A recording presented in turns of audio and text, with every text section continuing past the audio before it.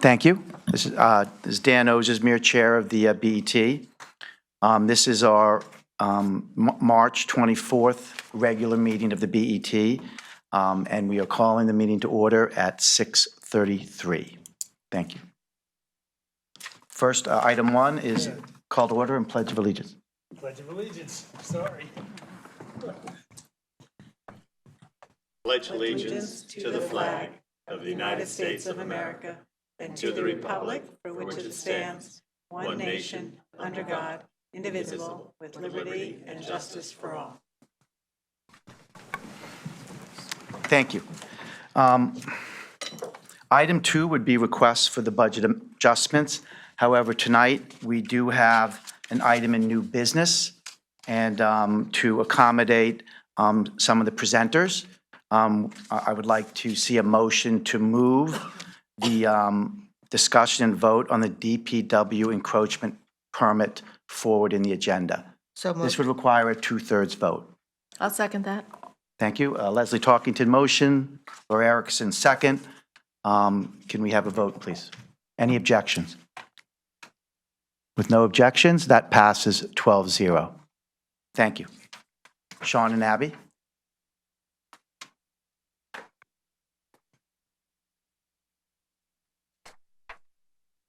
Good evening, everyone. Good evening, everyone, and we appreciate your vote. I'm presenting the matter of a maintenance agreement which contains an encroachment permit. This is for the Cardinal Stadium project, and the particular matter is the rebuilding of an access road and a planting area such that it's going to encroach a little bit onto Route 1, state property, and that's the issue here. So the maintenance agreement, which I've submitted with the package, is basically non-negotiable with the state. In 2018, essentially the same agreement was presented for a sewer encroachment. Some of you may recall, at that time, Attorney McLaughlin tried to negotiate it with the state. Cannot be negotiated. I attempted again, not that I could do anything G. McLaughlin can't do, but I gave it a shot, and no, it is non-negotiable. So the reason this is important, and I bring it to your attention, is that it contains an indemnification clause, which, as you all know, is something that is prohibited by our town charter. In this case, because the project needs to go forward, I am recommending that the agreement be approved. What will happen is that an insurance policy will be put in place, a $1 insurance policy to cover the liability which may incur as a result of this indemnification. And I should add that the agreement goes on, theoretically forever until terminated by the state or by mutual agreement. So it would be an annual appropriation for those insurance costs. I have Sean O'Keefe and Dan Watson in case you have questions on the project itself, but any questions on the agreement, I'd be happy to discuss. Discussion? Karen? Yes. Yeah, Abby, one of the things that I didn't notice that was absent from the agreement, and I discussed this with you just minutes ago, is an appendix to the document that actually shows a sketch of the road and also the plantings, so that if somebody's reading it, they understand what's going on. Okay. So I would suggest strongly that that be added to the document, and you might want to try to do that for the RTM as well, because it's probably going to be a question that they come up with. The other thing is that I noticed in the document, well, first of all, I just wanted to ask either Sean or Dan, is this the road that leads down to the handicap parking, or is this the exit road, the other road that is going to be both? Okay. So, oops, my silly phone. I guess I'm just not clear on the appropriation that we did last year. I just refreshed my memory. Does that cover both the roads, or is that just for this one part leading down? Because I thought that what we approved last year was just the road going down to the handicap parking. Does anybody know that? So Sean, sir, Sean, would you mind just coming up? People may not be able to hear you. Thank you very much. What's approved is Phase 1A and 1B. And that's what was appropriated? That's what was appropriated, Okay, as well as the soft costs for Phase 1 and Phase 2. okay, thank you. Also in the agreement, Abby, I noticed that the town is taking responsibility for any environmental contamination that's found on state property. Yes. And that's standard, so theoretically, this could cost us more than just the indemnification clause if Yes. contamination is found. Yes, and our insurance will, cover that possibility of an environmental issue. Okay, so the So- $2,500 that was quoted by Megan would also include that, or, okay, Yes, that's my understanding, and I'll confirm that. Yes, okay, if you could, because, of course. You're right, there are two pieces to the indemnification. in right, this there's one for the document. building Yeah. of the road, which is $450, Right. and then one for the indemnification part of it. Right. So I guess my question is it the $450 or the $2,500? I thought the $2,500 was the indemnification in perpetuity, and the $450 was just to cover bodily loss or something else that happens with the building of the road. But maybe I'm mistaken. I thought it was the 450, but I'll Okay, if you confirm can that. confirm Yes, that. that would cover both, yeah. Okay, I have no other questions at this time, but I Mike? might. Thank you. Does this mirror what we did in 2018 with the sewer project? In terms of this agreement, yes. Okay. Thank you. Well, no, I thought that the agreement in 2018 was a permit. This is It was the different. same thing. No, it was a maintenance agreement and a permit. Okay, It looked a little bit different physically, Yeah. but it was the same two documents. Okay. Maintenance agreement, it was the municipal maintenance agreement and encroachment permit, but it looked a little differently at the okay, time. because I remember reviewing it, and it Yes. just didn't look the same. The Okay. package looks differently, but they're Okay. the same two Okay, documents. thank you. Abby, I'm confused. What's the difference between the 450 and the 2,500 that you referred to? Well, I thought the 450 was the cost of the policy. I'm not familiar with the 2,500.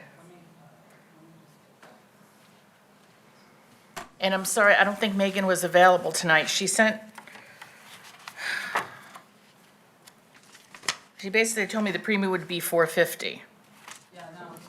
But, yeah, When I questioned her further for the indemnification part in perpetuity, she said that it was, that the 450 was to cover the indemnification of the road while it was being built, and then it would be wrapped into our other policy at $2,500 a year. But I'm trying to find sorry. her email. Any other discussion? Leslie? Just for purposes of common understanding, the phases for the high school project, Phase 1B, which is the handicap parking lot, this is covering the access to that parking lot. That parking lot's already been constructed, is that correct? Yes, so I'm seeing a head shaking yes. So is there any additional construction anticipated for the access, the curb cut or the area? I want to refer to Karen's comment about the environment risk potentially for any environmental remediation found. Is there additional construction expected in that area, or in the area covered by this permit? You mean beyond what's already shown in the drawings? I'm not sure where you're The at. drawings aren't in the packet that we received, so we don't have the Okay. clarification exactly. So I'll explain it very quickly. The area that we're looking at is a sliver that runs parallel with Route 1, and it partially cuts through the property that we would call ours. If you see, you know where the curb cut is now to get into the stadium driveway.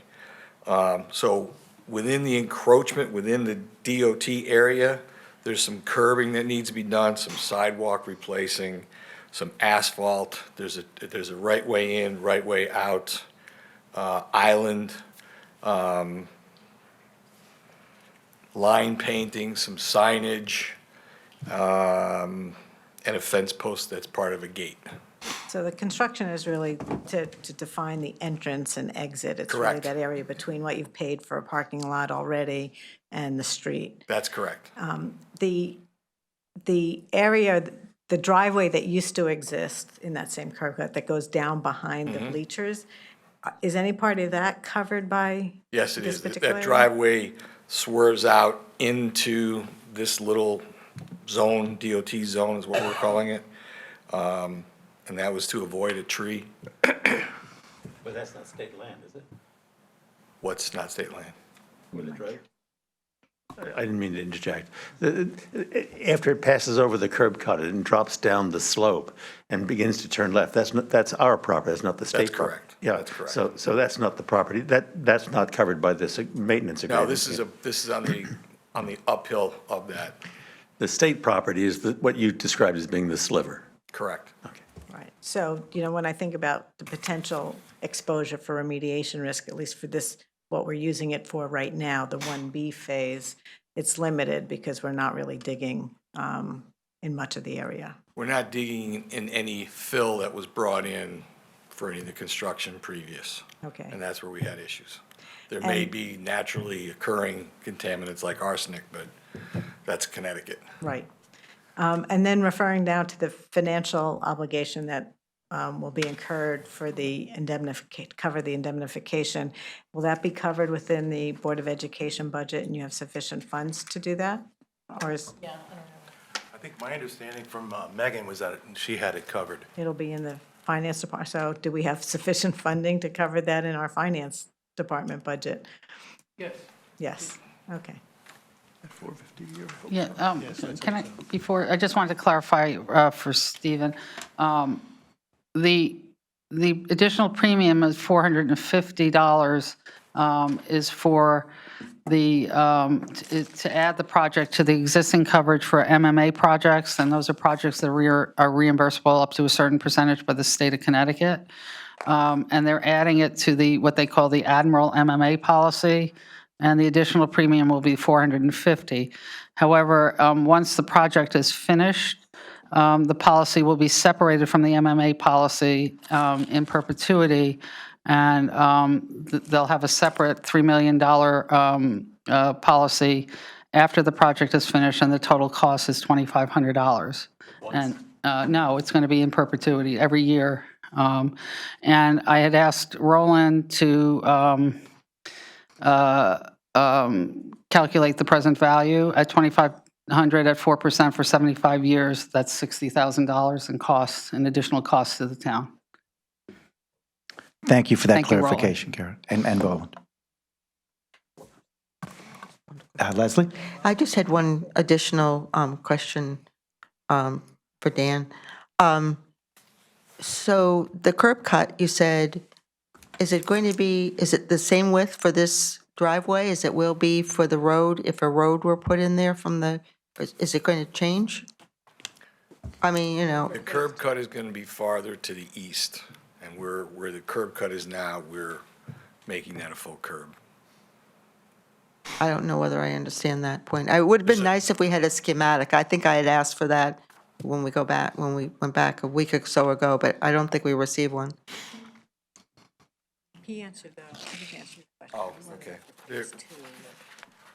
Yeah, so the question is, for Phase 2, will the curb cut be the same, or will the curb cut be different? Will it be, say, Phase 2 be wider? Are there other, say, risks that come later on? This is The same width? This is the same width. And There's same an width. existing curb cut that's farther uphill Right. that we're moving down towards where the new curb cut will be for the parking area. Thank you, Dan. Yeah, sure. Any other discussion, questions? So Abby, it would be helpful if you could just let us know exactly what the BET is being asked to vote on in this case. I know it's going to go to the RTM in April, Yes. and I think the Board of Selectmen is also taking this up, is my understanding. Yes. Okay, thank you. Yeah, the request is for the approval of this maintenance agreement 12.22-01, paren 21, which contains the encroachment permit. Okay, any other additional questions, or can I ask for a motion? I'll make a motion to approve the I'll agreement. second. Leslie Moriarty, motion. Karen Fessivotis, second. Okay, are there any objections? Okay, hearing none, that's approved, 12-0. Thank you. Thank you. Thank you all. Thank you.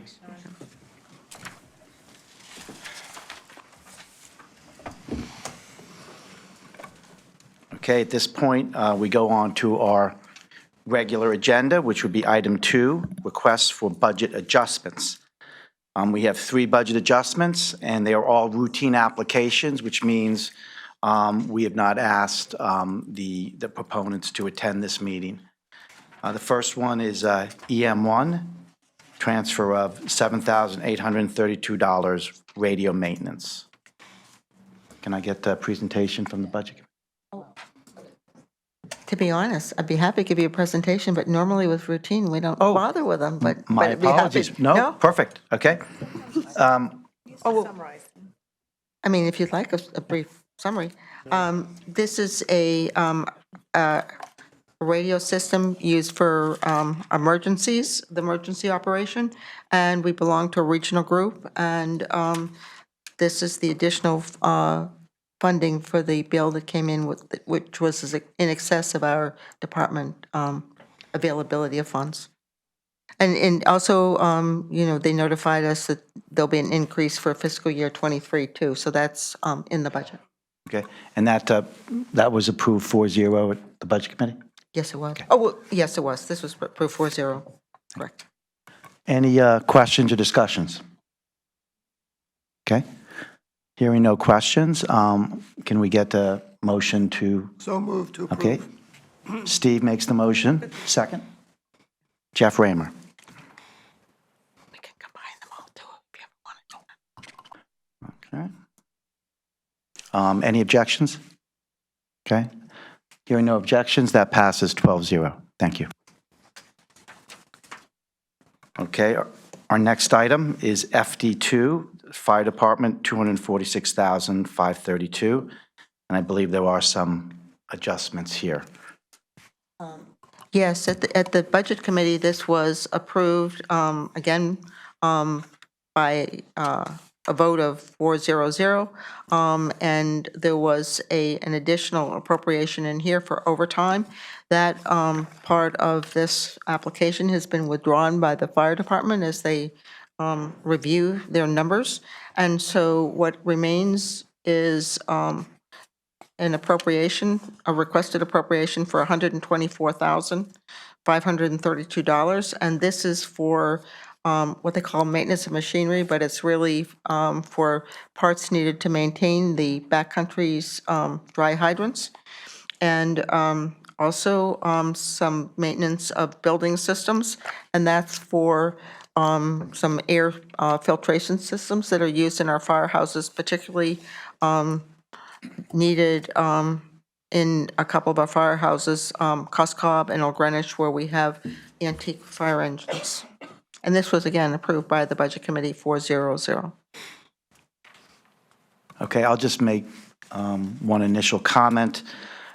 We certainly did discuss the idea of, instead of having 2 separate appropriations, deferring this to our April meeting, so there would just be one interim, and the RTM would only have to take it up once. The issue is that would mean that they would have to take it up in June. And since the appropriation that's in front of you does include some air filtration that, impacts, managing exhaust, et cetera, there, is there in theory a safety issue there? So we did feel that while the overtime was inaccurate and we couldn't take it up today, that we would take up the safety piece. So I'll ask if there's any questions or discussion. Karen? I just want to clarify that the new appropriation is $124,532, which is a reduction of the $246,532. Correct. Thank you for the clarification, Karen. Okay, any other discussion? Okay, hearing no other discussion, can I get a motion So to approve? moved. Karen Fasciotis? I'll second. Leslie Moriarty seconds. Are there any objections? Hearing none, this is approved 12-0. Thank you. Just want to clarify, did we make a motion, we didn't make a motion to amend it, we just made a motion to approve it? Yes, we is just that made okay? a motion to approve it at the reduced amount. Okay. Thank you, Nisha. Okay, the next item is PW3 Public Works, a release of conditions for Eastern Greenwich Civic Center. Thank you. Do you want me to say? So this is a release of conditions for Eastern Greenwich Civic Center. It's for $18,677,000. There was an additional appropriation approved a month ago, and that appropriation did not have a condition to release. So it's just really the condition to release was on the original amount.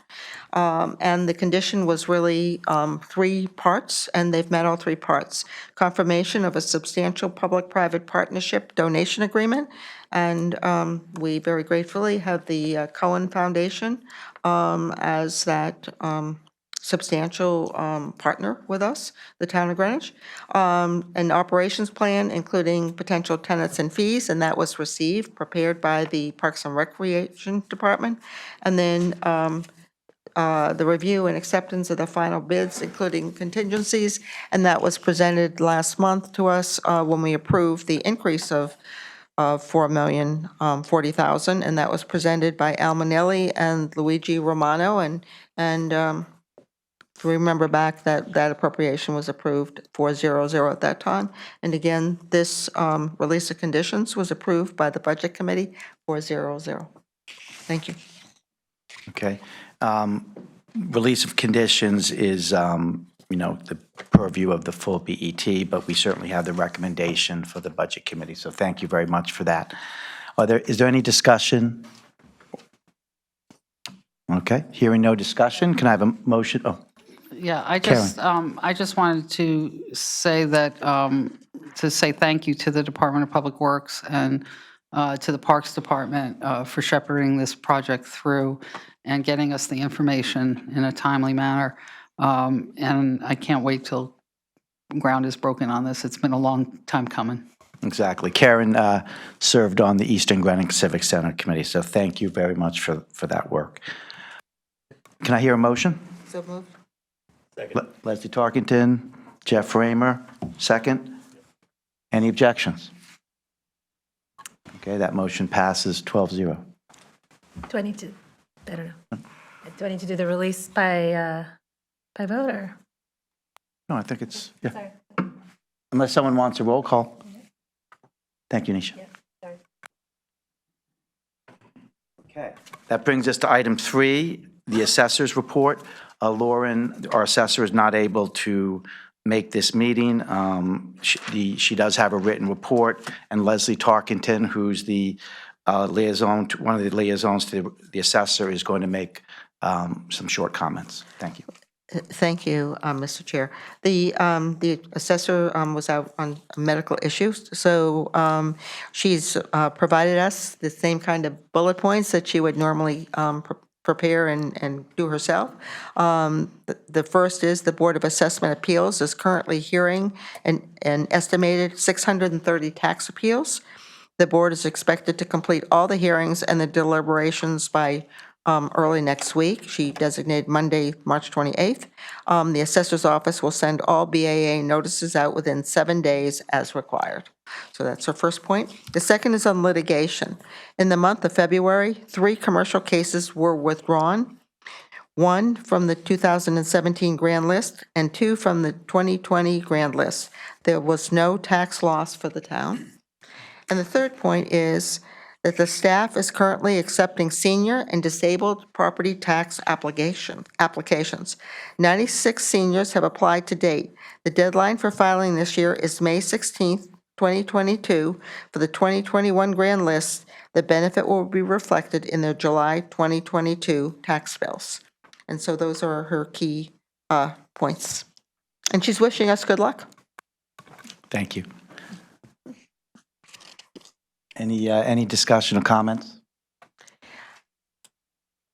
I will just, may I make one comment? There has been, I guess, rumored a large commercial sale in town, and we talked about it at the Budget Committee, and it's my understanding that that property may not have sold yet, but when it does, there'll be a large conveyance tax paid to the town. Thank you.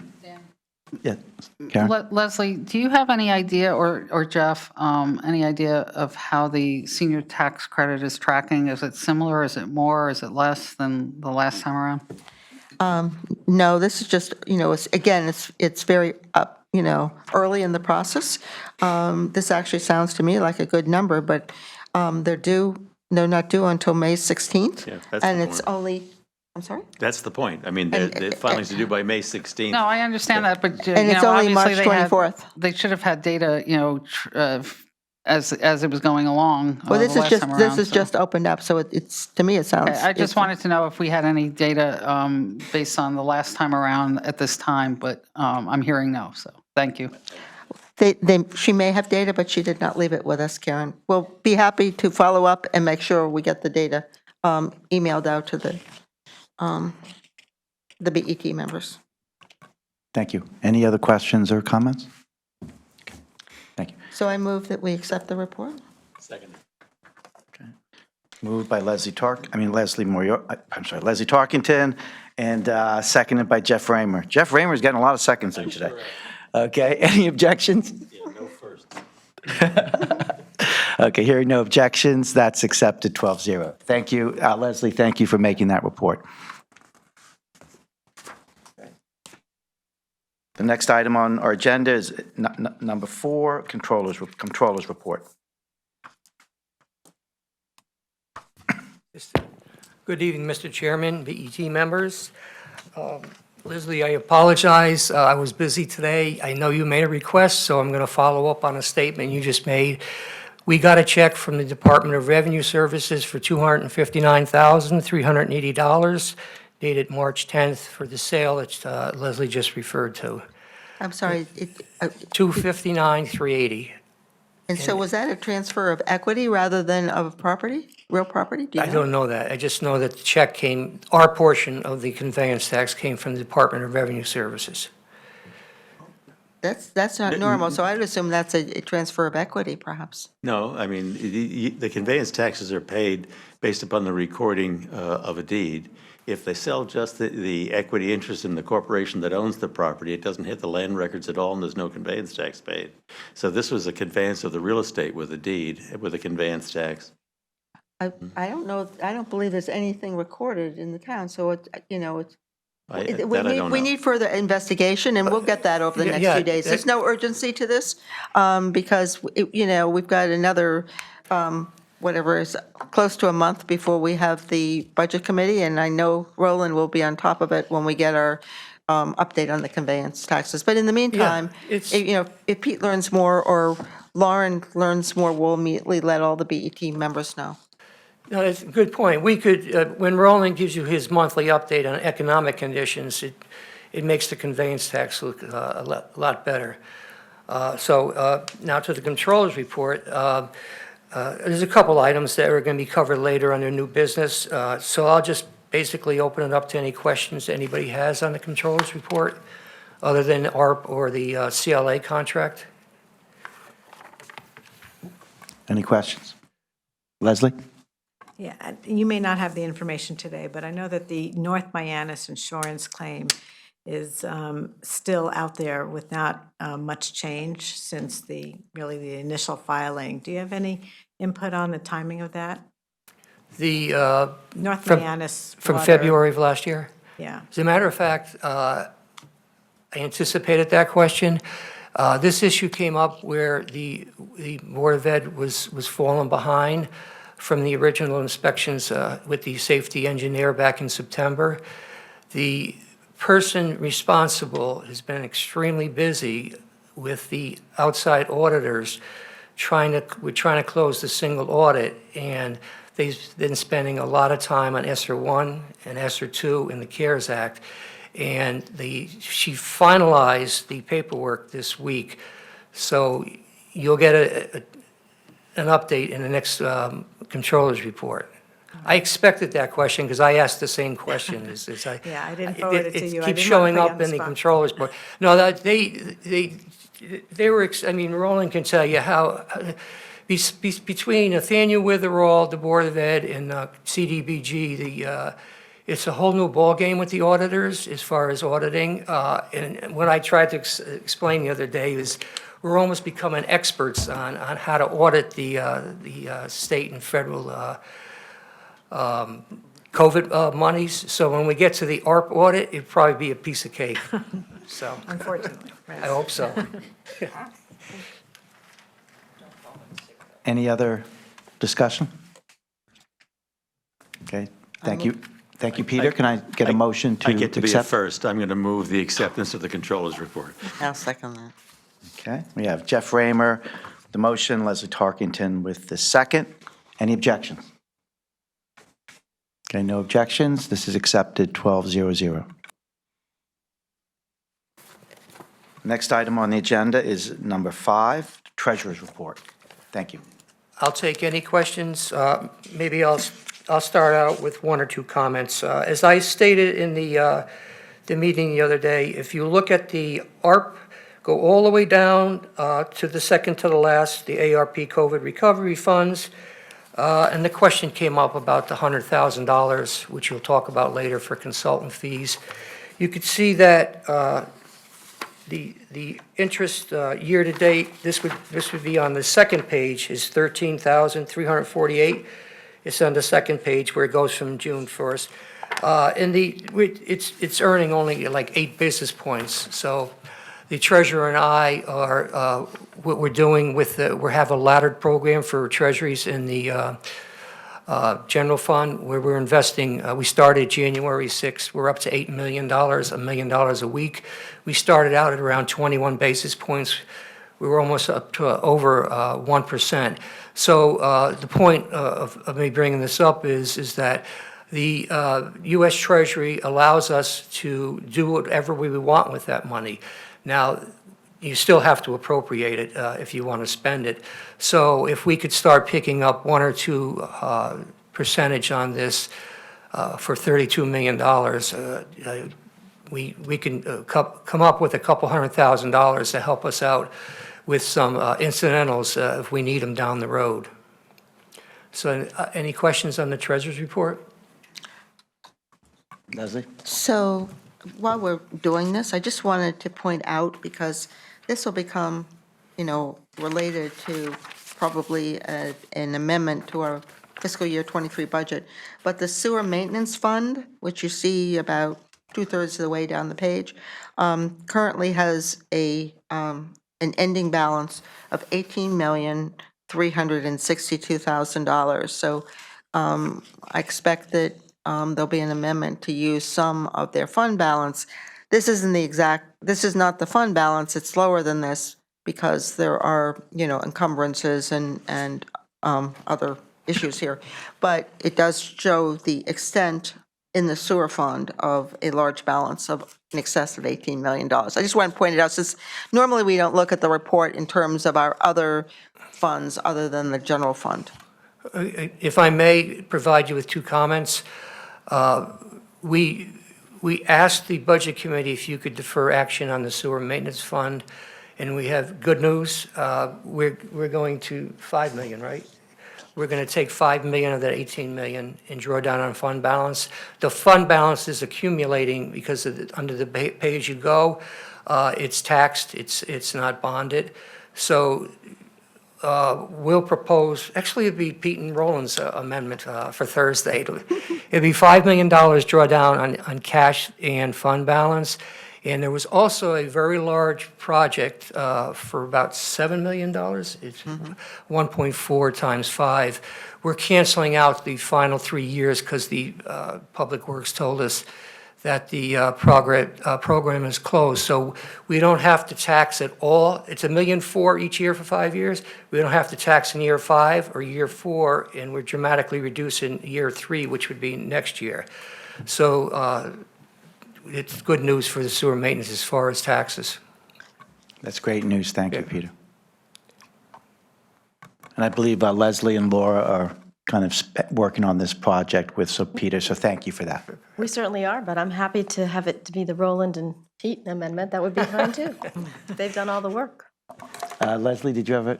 I just also, since you raised an issue that might be helpful as we look into next week's vote on the budget, I have the same question on the capital non-recurring fund.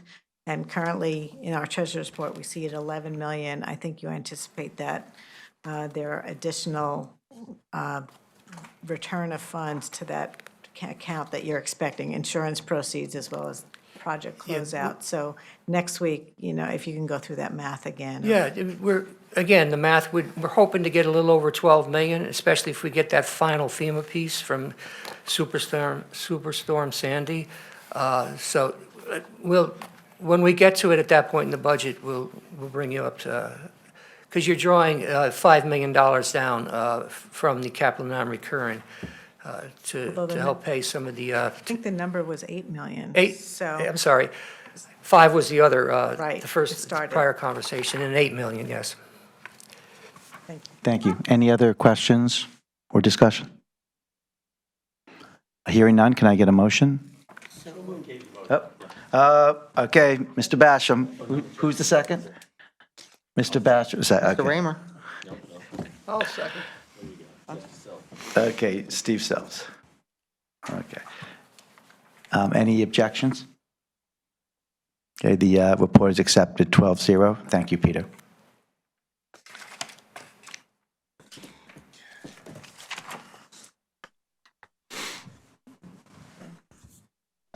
BET Standing Committee reports, audit. Thank you, Mr. Chairman.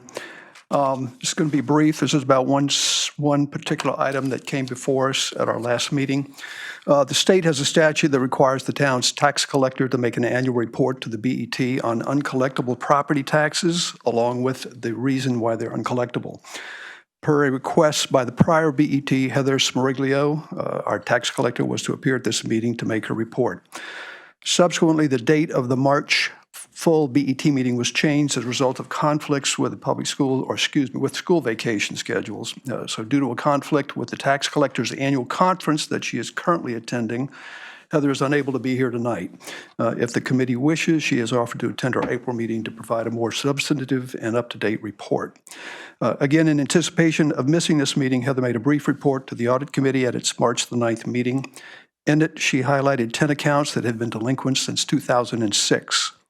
These accounts have reached the 15-year mark where they have to be removed from the tax rolls as uncollectible. The current balance due from these 10 delinquent properties is $36,645 as of March the 8th of 2022.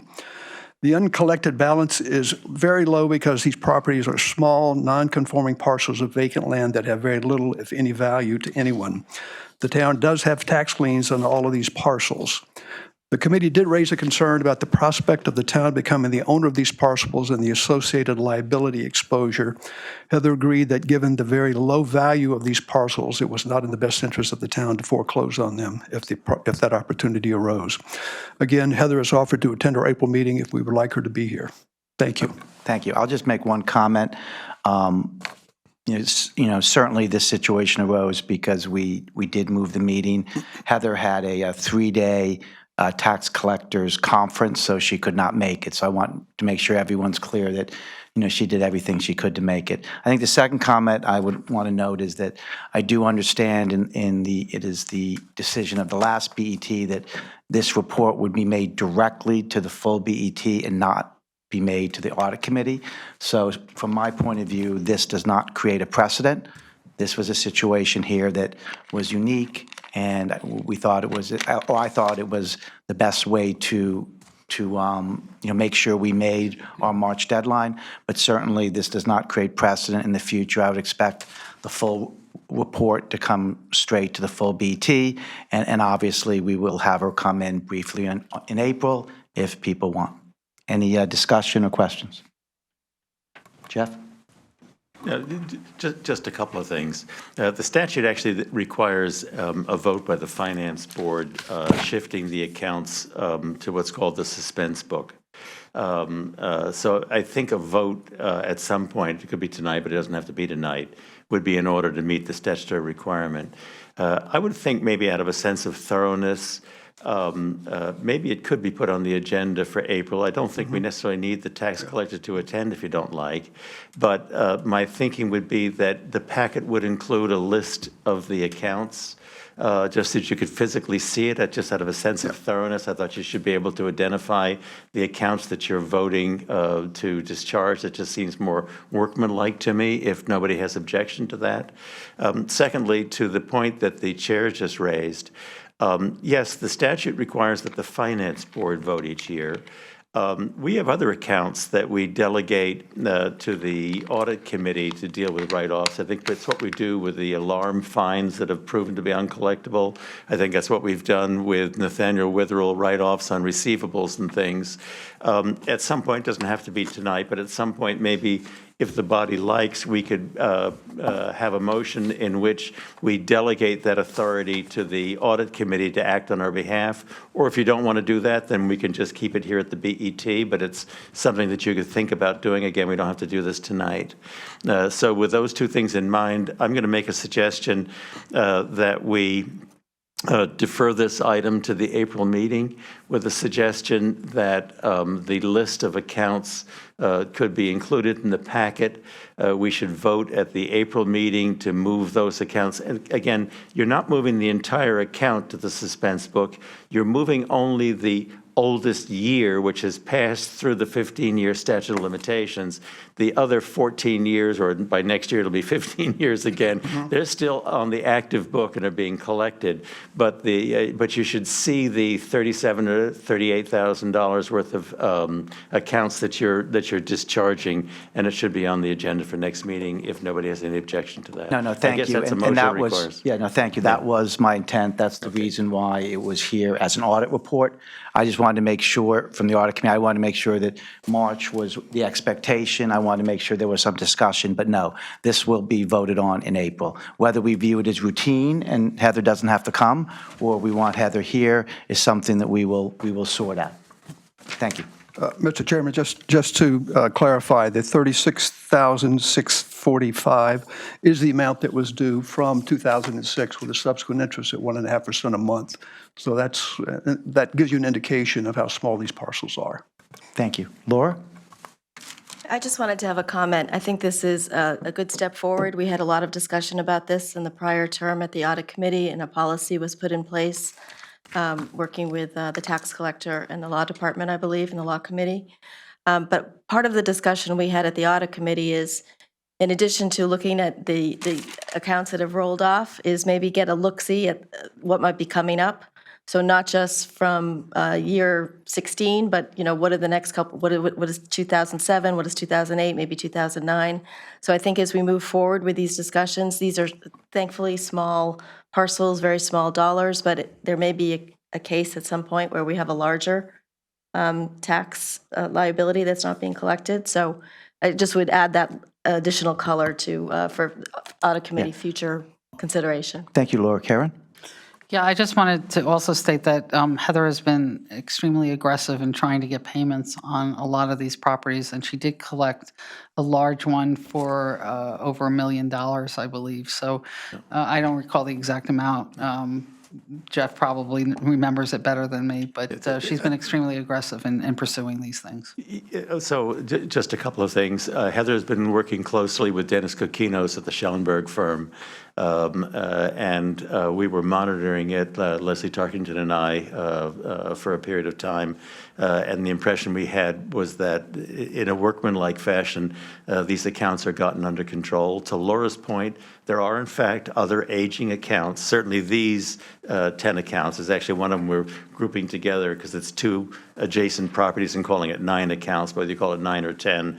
The remaining years on these are due, and some of them are slightly larger sums. The amount that we recovered, and so threatening letters were sent out by our attorney advising that enforcement proceedings were being brought, and that produced, I'm afraid it wasn't $1 million, but it was $200,000 of taxes, which is very welcome. So the enterprise was not a fruitless one, it was a very fruitful one. I endorse completely the suggestion from Mrs. Erickson that we ought to be getting in tune with these other aging accounts, some of which are in fact quite large. I don't know if you want to do it at the full BET or if you want to delegate that to the audit committee to do in the first instance and then have the audit committee report. It seems to me somehow sensible that maybe it would be done in the first instance at the audit committee. But I, as one member of the board, I'm certainly open to whatever you want to do. Okay.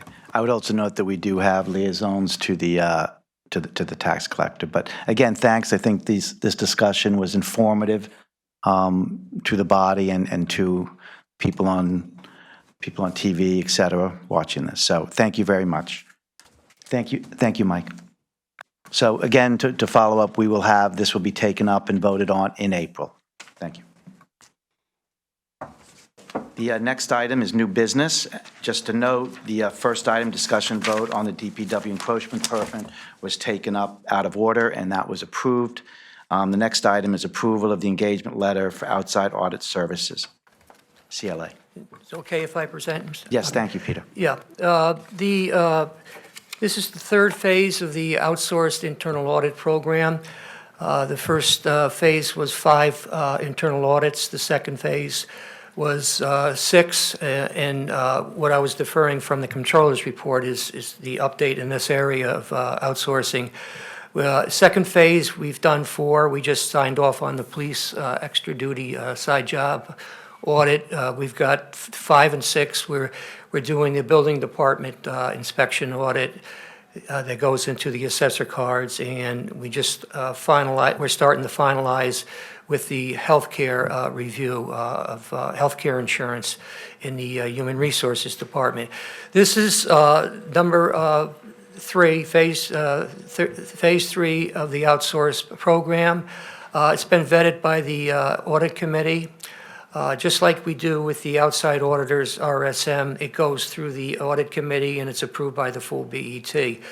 At the request of Mr. Raymer, I ran this by Ahmad, and she signed off on it as far as legal sufficiency. So everything's in order. We have monies appropriated to cover for it. And the program to date is going extremely well. I am very happy with it. So you have before you the approval of the engagement letter. Thank you, Peter. Mike, Chair of the Audit, do you have any additional comments? No. Excellent, thank you. Any discussion or questions? Can I move the item? Yeah. Can I get a motion to approve? Can I move the item? Yes, you may, Laura. And I'll second. We're going to mix it up Can we down here. Can we get a decision as to who? It was almost simultaneous. So who? I heard Karen. Karen? I'm sorry, it's Karen. Okay, Karen gets the. Any objections? Hearing none, that passes 12-0-0. We just wanted some action down on this end. We have a very enthusiastic BET, and after 8 weeks of budget work, that's quite impressive. So thank you all. The next item on the agenda is, on new business, is the American Rescue Plan Grant, or ARP. Just to provide some context, this is a first read. We're discussing it. This was taken up by the Budget Committee that recommended it to us on Tuesday of this week. So today will be a first read. There will be no motions. There'll be no votes. On Tuesday morning at 9 a.m., we will have a special meeting here in the same location where we will take up the item and do votes. There is a public hearing Monday night, which was previously for the fiscal 23 budget. That public hearing at 7 o'clock has been renoticed such that it is for the fiscal 23 year budget and the ARP program. So With that, it is my intent not to go through this page by page because this is a first read, and that was done at the Budget Committee and will, of course, be done on decision day, on the special meeting Tuesday morning at 9. So what I think might be more productive and time efficient would be to open it up, the discussion as the members want. But before we do that, I will just want to make sure we give Ben a couple minutes. He is the presenter. But again, Ben has already done this at the Budget Committee. Thank you.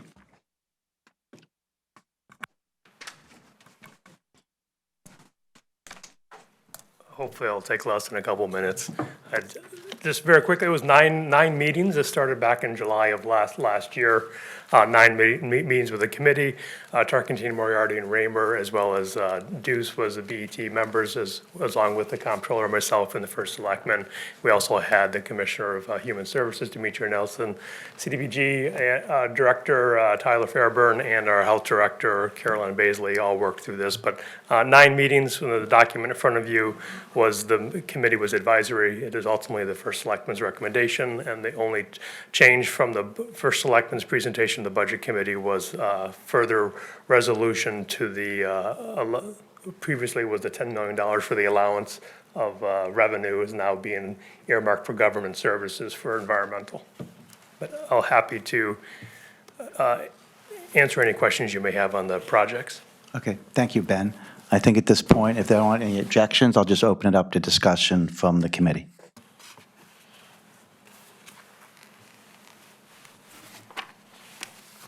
Miriam?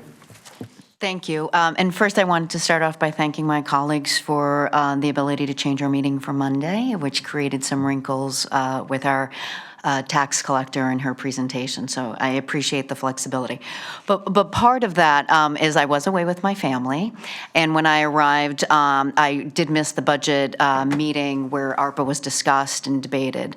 But what I came to reading the newspaper on Wednesday morning when I arrived back, I found interesting the juxtaposition of the articles on the front page, which was one, that the rental assistance, there was going to be a cliff and that evictions were going up at a very high rate in Connecticut, but that two, our allocation to our Department of Human Services had been decreased, and that created a little bit of confusion in my mind, particularly when we as a board often talk about the importance of the Alice population in our community, which is roughly about 30% of our community, and yet if you add the non-for-profit and the amount going to our Department of Human Services, you're talking about 7% of the total amount of the just over $31 million. So I wanted to understand, one, how did we get to the allocation of 7%? And two, between the discussions, it seems like particularly the Department of Human Services was reduced over the last couple of weeks, and I wondered how that came about. Everything's a balancing act. And what ultimately happened was you looked at the Department of Human Services allocations. It was a four-year spending plan. Through the tail end of the committee's work, the first selectman was attempting to respond to reallocating them to the nonprofits. And as we tried to balance the total allocation of the 31, we tried to preserve the mental health program to a 4-year program, and the other programs in human services were reduced to a 3-year program. Important to remember is you have until December 31st of 2024 to obligate the funds, and the performance period is to December 31st, 2026. So that's why there's a multi-year program in human services, and it was just simply a balancing act of moving money from one account to the others. The first iteration was the million for human services, like $996 for nonprofit. And just as we try to rebalance, that was reduced, human services was reduced, and some of it was allocated back to the nonprofits from the 996 to the 1329 that sits before you. Thank you. Any other questions? Oh, Jeff Raymer. It's not a question, it's a comment. I hope comments are welcome too. It needs to be kept in mind, I think, when we're looking at this, that this was funding that came from the federal government to try and relieve some of the impact of COVID on our society. The actual words in the enacting statute were that these funds were to be expended, and I'm quoting, on a related and reasonably proportional response to the impact of COVID. That's how we're supposed to be spending the money. If I take the funds, the 31 million, not quite $400,000, and if I say, let's pretend that the $100,000 that we're applying to pay for our own costs of administration of this bill, if I were to say that's not mill rate related, we're really just just responding to the needs of the bill itself. If I take the funds that are going to the health department purposes, that's $270,000 and change, pretend that that's not mill related either. And if I pull out the money that's going to nonprofits, and if I pull out the money that's going to the Department of Human Services, and I only look at the rest of it, the rest of it still constitutes 88%, 88 point something or other percent of the money that we're receiving here. And that is money which, whether we want to admit it or not, is simply reduction of mill rate. Some of it is on capital projects, which would be perhaps future year's mill rate. Some of it is to operating costs, which is this year's mill rate. But the bottom line is that even with the conservatism that I applied to that piece of arithmetic, we're using 88% of this money, 88 and a fraction percent of this money, to give our taxpayers mill rate relief, rather than trying to address which taxpayers were most directly hit by COVID, particularly financially, and trying to find relief for them. And I hope that as we're looking at some of the motions and things that are likely to be made on Tuesday morning, I hope that this backdrop of understanding what was the intent of the act and what are we in fact doing with the money and the disconnect between the two, I hope that that rings for the members of this board. Thank you, Mr. Chairman. Ben, just a question. The 88%, was that all for capital or was some of it for operating? I didn't realize there was anything in there for operating except Department of Human Services.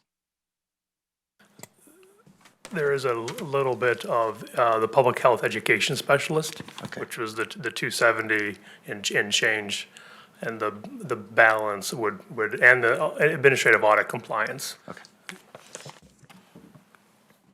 Thank you. Any other comments? I'll just make one comment. I think that thank you, Jeff, for your observations. I would just note, if you look at the big picture, certainly Connecticut, Greenwich is getting $31.4 million from the federal government, but every other town in America is getting the same proportional amount of money, which effectively means that all this money that the town of Greenwich is getting is ultimately going to be paid for by our taxpayers, both through increased federal taxes and inflation. So while that doesn't necessarily, I think, conflict with Jeff's comments, I think it's a context we need to understand. The residents of Greenwich will be paying well more than $31.4 million between taxes and inflation, given obviously the higher income level of the average Greenwich resident. So I think that's something also to be aware of. Thank you. Any other comments or questions at this point? Okay. Again, this was a first read, and I just want to emphasize again that public hearing at 7 o'clock Monday night, and 9 a.m. will be decision day on this item. Okay, I'd like to make a brief chair report. Can I just do a public service announcement? Yes, Karen. Just for everybody who's listening, tomorrow at 12:30, we're having the raising of the Greek flag for Greek Independence Day. So if you're so inclined at 12:30, feel free to join us, and we'll teach you the Greek national anthem as well. Thanks. Okay, thank you. I did make a couple of announcements Mr. about... Chairman, I'm sorry, I have one minor correction on the BET minutes. Thank you, Stephen. My apologies. I lost track of time in my eagerness. Yes, sir. So on the fourth page of the minutes, under the heading Approval of BET Minutes, on the fourth line of that, it says Scrivener's error. The B should be a V. Okay. It's a Scrivener error, not a Scrivener error. Thank you. Any objections to that? Great. Kathy, you have that? Thank you. Can I get a motion to approve the minutes? So moved. Okay, Jeff. Okay. Second. Okay. Okay. Any objections to the approval of minutes with Stephen's correction? Okay, hearing none, that is approved at 12-0. And my chair report here will be, I thank everyone, all the staff, and particularly the Budget Committee, but all the BET, not only for the work of the last several weeks, but our next 7 days, which I'm sure will be eventful, and just hope that we have a great result. Thank you all very much. Can I get a motion to adjourn? Before we adjourn, can I just, I think it's helpful to repeat again the meetings that we have next week for the public. Yes, absolutely. Okay. So on Monday at 7 p.m., we are going to have our annual public hearing, which is where we listen to the public. And just to highlight, comments can be made online and in person here, and it'll be available for viewing on GCTV, YouTube, and on Zoom. On Tuesday morning at 9 a.m., we will have a special meeting to take votes on this document that we just discussed, the ARP grant fund. After that meeting, we will continue directly into our annual BET budget workshop, and that will go on till noon. And the idea of the budget workshop is we make no votes at the budget workshop, but we as a BET compare notes and talk about some of the bigger themes. And on Thursday at 9 a.m., we will have the decision day for the BET, and that meeting will, well, hopefully won't go really long, but it's typically several hours from previous experience. So that will, and we would hope to then finalize and pass the budget on to the RTM sometime on March 31st. There have been times in the past where one day was not adequate, and then we would go on to April 1st.